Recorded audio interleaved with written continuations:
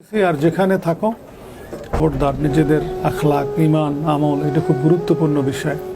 সম্পদ পৃথিবীতে অনেক অর্জন করতে পারে না, জীবনে ব্যক্তি জীবনে অনেকে সুখী হইতে পারে বা পারে না, কিন্তু এরপরও একটা জীবন আমাদের আছে, সেটা হইলে পরকালীন জীবন। এই জীবনে যেন আমরা অপমানিত না হই, ক্ষতিগ্রস্ত না হই, সেই বিষয়টা আমাদের সবার মনে রাখা দরকার।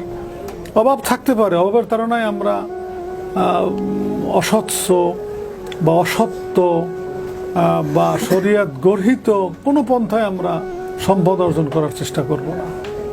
এই বিষয়টা মাথায় থাকতে হবে। বিশ্বাস দৃঢ়ভাবে তোমাদের থাকতে হইবে যে আসলে সৎ পথ, স্বচ্ছ পথ, সুন্দর পথ, এখানেই সম্মান।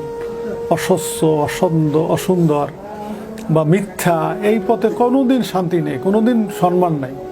সে যত বড়ই আমরা বাহির থেকে প্রাচুর্যের পাহাড় দেখি, ক্ষমতার অনেক বিশাল জৌলস দেখি, কিন্তু আসলে এখানে কিন্তু শান্তি নেই, কল্যাণ নাই। এই বিষয়টা তোমরা মনে রাখবা।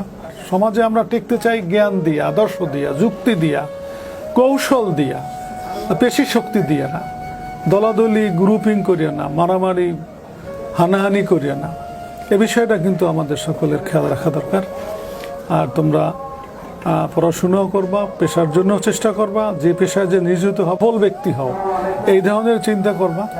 আর সাথে সাথে আল্লাহ পাকের ইবাদত করবা, আল্লাহ পাকের কাছে সাহায্য চাবা, আল্লাহর কাছে কান্নাকাটি করবা, দেখবা জীবনের সব কিছুতে বরকত হবে। কাজে আমি হৃদয় দিয়ে তোমাদের জন্য দোয়া করি, আল্লাহ যেন তোমাদের জীবনের সব কিছুতে বরকত দান করে। ঠিক আছে, আল্লাহ ভালো রাখুক তোমাদের সবাইকে। হ্যাঁ।